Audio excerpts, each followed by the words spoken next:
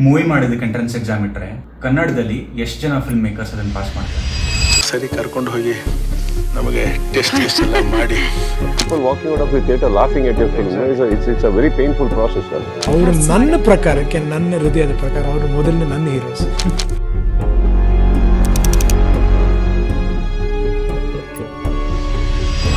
So ನಾನು last ವಿಡಿಯೋನಲ್ಲಿ ಕನ್ನಡ ಸಿನಿಮಾದು ಏನು ಪ್ರಾಬ್ಲಮ್ ಅಂತ ನಿಮಗೆ ಕೇಳಿದೆ. ಸುಮಾರು ಆನ್ಸರ್ಸ್ ಬಂತು, ಸುಮಾರು ಕಾನ್ವರ್ಸೇಷನ್ಸ್ ಆಯಿತು. ಇದರಿಂದ ಒಂದು ಏನು ಅರ್ಥ ಆಯ್ತು ಅಂತಂದರೆ, ಸೋಷಿಯಲ್ ಮೀಡಿಯಾ ಸ್ಪೇಸಲ್ಲಿ ಆಡಿಯನ್ಸ್ ಇದ್ದಾರೆ, ಥಿಯೇಟ್ರಿಕಲಲ್ಲಿ ಆಡಿಯನ್ಸ್ ಇದ್ರೆ ಎಷ್ಟು ಜನ?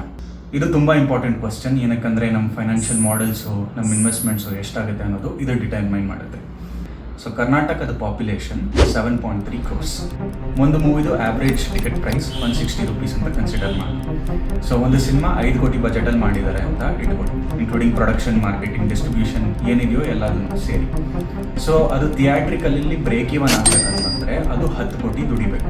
This translates to 6,25,000 tickets sales.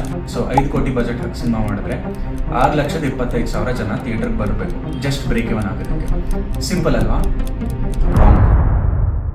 ಇಲ್ಲೇ ಮೋಸ್ಟ್ ಫಿಲ್ಮ್ ಮೇಕರ್ಸ್ ತಪ್ಪಾಗೋದು, including me on my first film. ಎಲ್ಲ 7 ಕೋಟಿ ಜನ ಸಿನಿಮಾ ಥಿಯೇಟರ್ಗೆ ಬಂದು ನೋಡಲ್ಲ. ಇದರಲ್ಲಿ ಎಷ್ಟು ಜನ ಆ್ಯಕ್ಚುಲ್ ನಮ್ಮ ಆಡಿಯನ್ಸ್ ಅನ್ನೋದನ್ನು ನಾವು ಕ್ಯಾಲ್ಕುಲೇಟ್ ಮಾಡಬೇಕು. ಇದನ್ನು ಕ್ಯಾಲ್ಕುಲೇಟ್ ಮಾಡೋದಕ್ಕೆ ನಾನು ಒಂದಷ್ಟು ಅಸಂಪ್ಷನ್ಸ್ ಮಾಡಿ ಒಂದು ನಂಬರ್ ಡಿರೈವ್ ಮಾಡಿ, 18 years to 50 years major age group ticket ತೊಗೊಂಡು ಸಿನಿಮಾ ನೋಡೋರು ಅಂತ ಕನ್ಸಿಡರ್ ಮಾಡಿ. ಸೊ ಈ ಜನನ ಐಸೋಲೇಟ್ ಮಾಡಿದ್ರೆ ನಮಗೆ ಸಿಗೋದು ಅಪ್ರಾಕ್ಸಿಮೇಟ್ಲಿ 4 ಕೋಟಿ.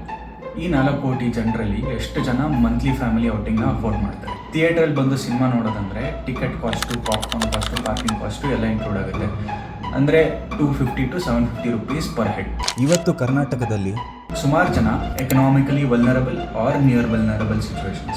ಸೊ 2 ಕೇಸ್ ಸಿನಾರಿಯೋಸ್ ತೊಗೊಳ್ಳೋಣ. ಒಂದು 30%, ಇನ್ನೊಂದು 50%. ಈ ನಂಬರ್ಸ್ ರನ್ ಮಾಡಾದ್ಮೇಲೆ ನಮಗೆ ಸಿಗೋದು 1.2 crores ಆ್ಯಂಡ್ 2 crores. ಇದರಲ್ಲಿ ಸಿನಿಮಾ ನೋಡೋ ಹ್ಯಾಬಿಟ್ ಇಲ್ಲ. ಬರೀ ಕ್ರಿಕೆಟ್ ನೋಡ್ತಾರೆ ಅಥವಾ ಏನೂ ನೋಡಲ್ಲ, ಬರೀ ಟಿ ವಿ ನೋಡ್ತಾರೆ. ಇಷ್ಟು ಜನನ ಪಕ್ಕಕ್ಕೆ ಇಡೋಣ.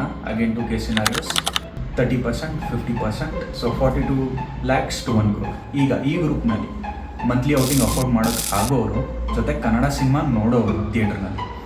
ಈ ಗ್ರೂಪಲ್ಲಿ ರೆಗ್ಯುಲರ್ ಆಗಿ ಅಂದರೆ 2 ತಿಂಗಳಿಗೊಂದ್ಸತಿ ಅಥವಾ 1 ತಿಂಗಳಿಗೊಂದ್ಸತಿ ಥಿಯೇಟರ್ಗೆ ಹೋಗಿ ಸಿನಿಮಾ ನೋಡೋರು ಎಷ್ಟು ಜನ? ಅಗೇನ್ 2 ಕೇಸ್ ಸಿನಾರಿಯೋಸ್, 35% ಮತ್ತು 55% ಅಂತ ತೊಗೊಂಡ್ರೆ. ಸೊ ನನ್ನ ಕ್ಯಾಲ್ಕುಲೇಷನ್ ಪ್ರಕಾರ ಕರ್ನಾಟಕದ 31 ಡಿಸ್ಟ್ರಿಕ್ಟ್ನಲ್ಲಿ ನಮಗೆ ಸರ್ವಿಸಬಲ್ ಆಡಿಯನ್ಸ್ 12 ರಿಂದ 50 ಲಕ್ಷ ಜನ. 5 ಕೋಟಿ ಬಜೆಟ್ ಇರೋ ಸಿನಿಮಾ ಥಿಯೇಟ್ರಲ್ಲಿ ಬ್ರೇಕ್ ಇವನ್ ಆಗಬೇಕಂತಂದರೆ 50 to 75% ಆಫ್ ದಿ ಆಡಿಯನ್ಸ್ಗೆ ಟಿಕೆಟ್ ಸೇಲ್ಸ್ ಆಗಲೇಬೇಕು. ಪ್ರಾಬ್ಲಮ್ ಏನಂದರೆ ನಮ್ಮ ಸಿನಿಮಾಗಳಿಗೆ ಬೇಕಿರೋ ಕನ್ವರ್ಷನ್ ರೇಟೇ ಅನ್ರಿಯಲಿಸ್ಟಿಕ್ ಆಗಿದೆ. ಸಿನಿಮಾ ಮಾಡೋದಕ್ಕಿಂತ ಮುಂಚೆನೇ it is very clear we need a miracle for it to work.